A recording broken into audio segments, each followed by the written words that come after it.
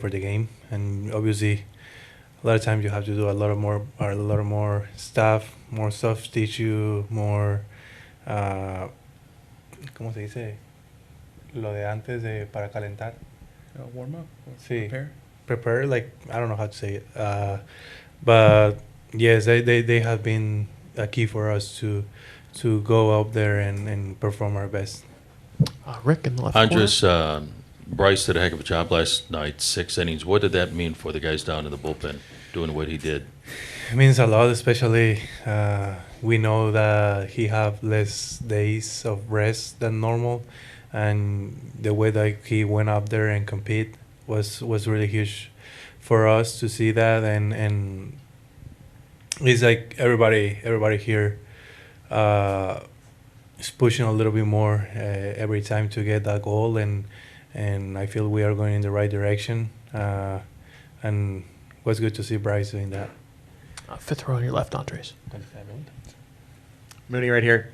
Kind of similar, but, your starting staff has gone through a lot this season with, guys going out, coming back, Bryce, Logan, George, all those guys, and now Brian Woob. But to see what your starters have done in this postseason, just game after game after game, what's it been like to see them get back to the point where they were, last season and at other times as well?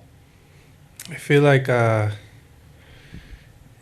everybody here is really important.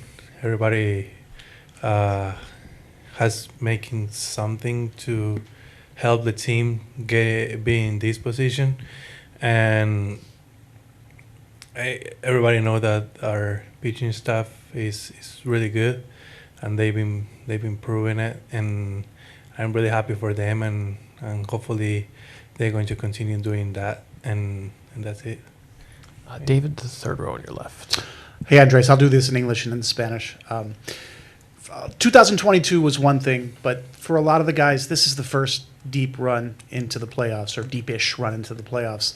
How exciting has it been for you guys? And obviously you see the fan base being excited as well. So what's that been like for you guys? So, obviamente el 2022 fue algo, pero esta es la primera vez para muchos de ustedes que hayan llegado así de lejos en la postemporada. ¿Cuál es la emoción entre ustedes haciendo esto? Y también compartir eso con la fanaticada en Seattle. I feel like everybody is really motivated at this point. We've been dreaming about this during the whole season and during a lot of years, and being here is an awesome opportunity for us, and we don't want to lose the opportunity to do our best every time that we get on the field. And I know everybody is doing the things that they have to do for be 100% on the field, and it's just like it's a dream, and hopefully we're going to get to that goal, and we're going to do our best. Pues la verdad que muy motivados, todos están muy motivados, esperemos que podamos seguir así. Todo el mundo, yo entiendo que todo el mundo está cansado y todo eso, pero la verdad que para eso es para lo que jugamos, para llegar a este punto, y la verdad que no vamos a desaprovechar la oportunidad, vamos a darlo todo, independientemente de lo que salga en los resultados, tienen que estar seguros que dimos el 100%. Fifth row on your left, Andres. Tyler. Andres, what's the biggest way you've changed as a pitcher in the 5 years since San Diego traded you to Seattle? Probably know a little bit more about my body. That has been the big change for me. Before it's not like I didn't worry about it. It was more like I didn't really put attention to what my body was feeling or listen. I didn't listen to my body, and now after the Tommy John surgery, I was able to learn a little bit more how to manage knows the difference about sore, pain, and all those things, and just as soon as I start to feel something, I work on it, and I go with the trainers right away without being scared of, maybe they're going to think that I am hurt or something like that. I think attacking the soreness or the pain as soon as possible, that has been the only change that I did. Just put more attention in my body. eat healthier, and that's it. That has been the only change. How do you keep your body in control when you're pitching? Just because it seems like you have a lot more moving parts and deception than most pitchers. So is that hard to repeat consistently? Not really, because that is the way that I always been throwing, and I just try to repeat the same all the time. Obviously, you can see like sometimes I fall off, but that is normal for me.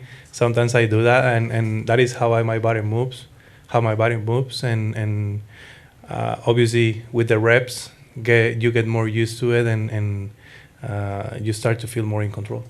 One last one for Andres. We'll finish up with David. Same drill. A lighter question. Do you think there are more Seattle Mariners fans now en Los Mochis or Sinaloa? ¿Crees que hay más fanáticos de los Marineros en Los Mochis o Sinaloa ahora mismo? No, sí, la verdad que sí. Yo creo que me siento muy contento por ser parte de los mexicanos que están aquí. Y la verdad que me enorgullece mucho poder estar aquí representando a mi país y que cada vez vean más el béisbol los mexicanos. La verdad que me pone muy contento. Y vamos a seguir haciendo lo mismo, tratar de poner el nombre de México en alto. ¿Lo puedes decir en español? ¿O lo puedes decir en inglés tú? Yeah, he wants me to do this one.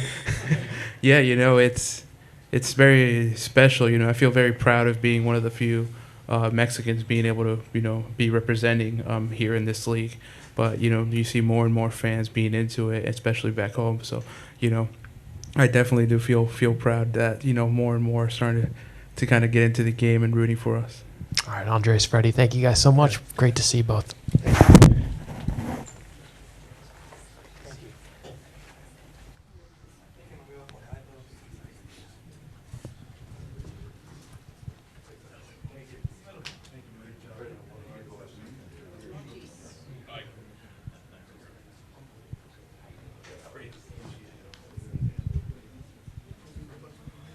All right, we'll get started with Dan. If you have a question, just raise your hand.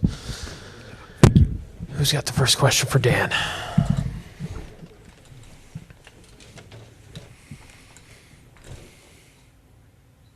Who's up first? Go to David on your left. Dan, Randy Rosarena has obviously forged a pretty good reputation in postseason from, you know, things he's done from a few years ago. The 2 stolen bases last night. He said last night that he really raises his energy level for the playoffs. Have you seen any of that in these, I guess, 6 games? Yeah, I mean, I think, you know, a lot of guys raise their energy level in the postseason, and Randy's certainly one of them.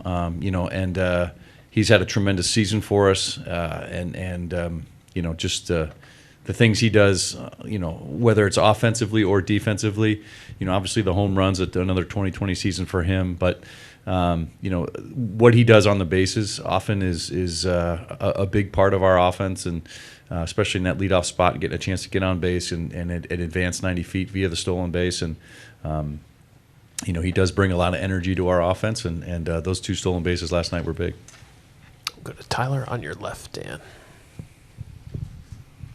Dan, just to jump off that, yeah, the stolen bases were big, and Naylor's stolen base the other night was big. You guys stole a lot of bases. How much of that was by design or philosophy in terms of, like, you know, just something that you want to get into your run scoring?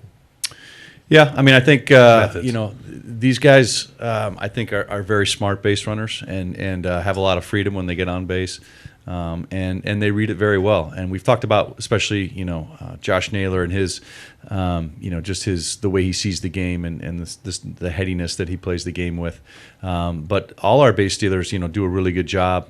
Eric Young Jr. over at first base, you know, really helps those guys tremendously. He's been such a great addition to the staff, and just in some of the things that they try to cue on and work with when they're trying to steal a base. So these guys, do such a great job preparing our guys, and then our guys run with it. And pardon the metaphor, but they run with it, and they do a really really good job, and it's again a big part of putting pressure on the defense and trying to get that extra 90 feet. Other questions for Dan? Rick? Danny, what could you say about Jorge Polanco coming up with so many big hits and crucial clutch situations like he has, then 15th inning and the home runs off of Scooble last night, 2 RBI singles. Yeah. How does he slow the game down?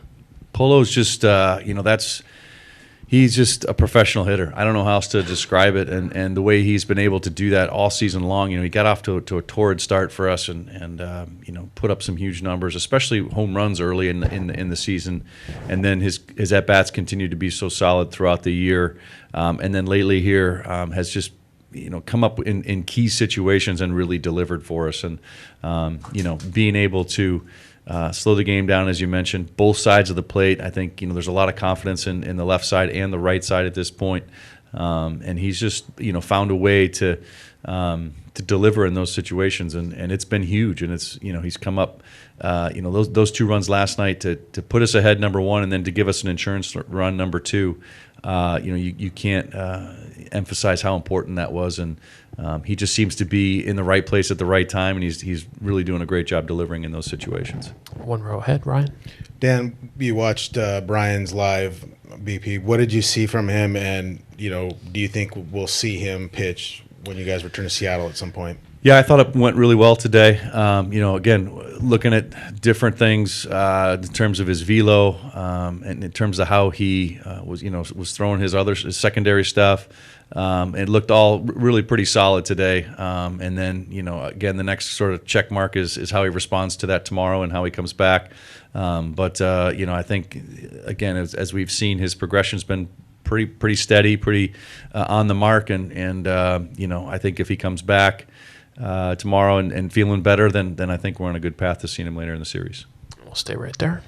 Dan, on that note, obviously your starting staff, people have thought for a while is the best in baseball, and then this year there's kind of an avalanche of injuries and one thing happens after another. But to reach this point and to have them be what they've been in the playoffs, which I think is what you probably always envisioned, how important has that been, and how important is it going to continue to be? Yeah, I mean, your starters are so important, and I think what we saw from Bryce last night was just phenomenal, and that's a huge outing. And each of our guys have done that at some point in the season, and have really stepped up.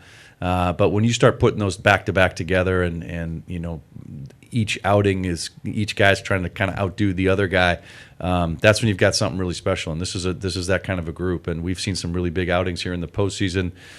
We've seen these guys even come out of the bullpen, give us a big outing. So these this starting staff, you can't say enough about them. The uniqueness that they have in terms of how they push each other, how they encourage each other, all the things that go into the bonding of that group together. It's a special group of starters, and you really are excited to hand the ball to each and every one of them, and in a postseason, that's a really good feeling. Right. Dan, you mentioned how important the mound visit was from Cal last night in the first inning. Bryce doesn't even remember what Cal said to him.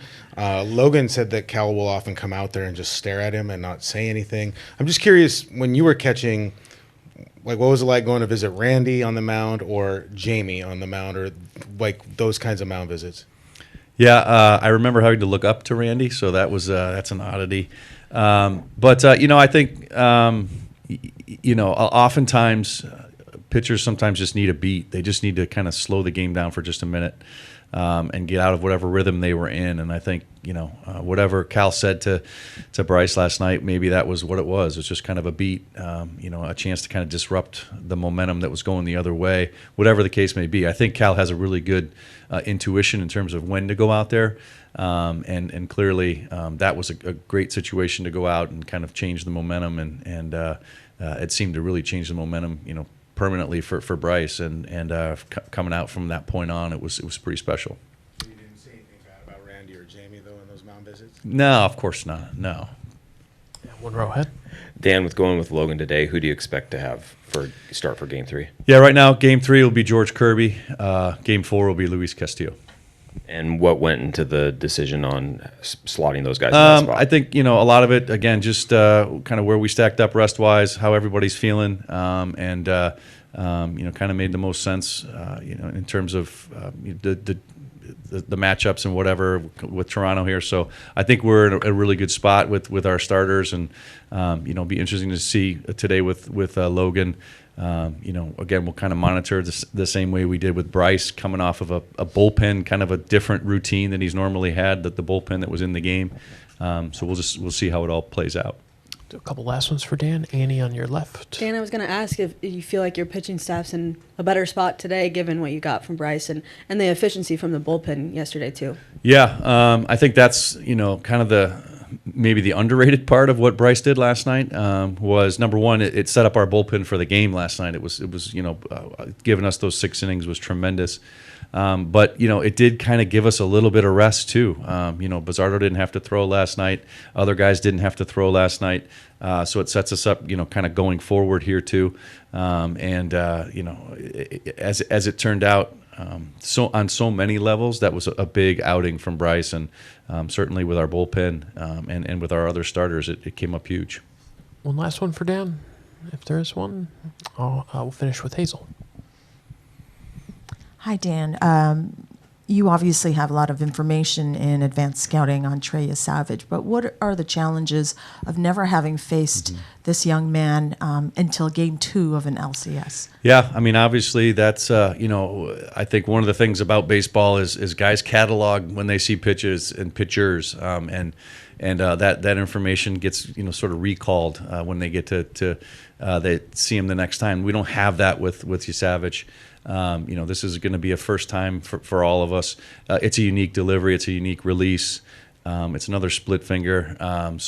All those things I think will be very, key for our guys in their first at bat or two to kind of, be logging that information. And that's the great thing about baseball. It's a game of adjustments. You have to make your adjustments, and you have to make them quickly. And offensively, that's what we're going to have to do with Savage today. All right, Dan, thanks so much. Appreciate it. Thanks. We'll see you later. We're expecting George Kirby. The timing is TBD, and we'll have Shane Bieber next in 20 minutes, and then George will follow Shane at some point. We'll let you know as soon as we know.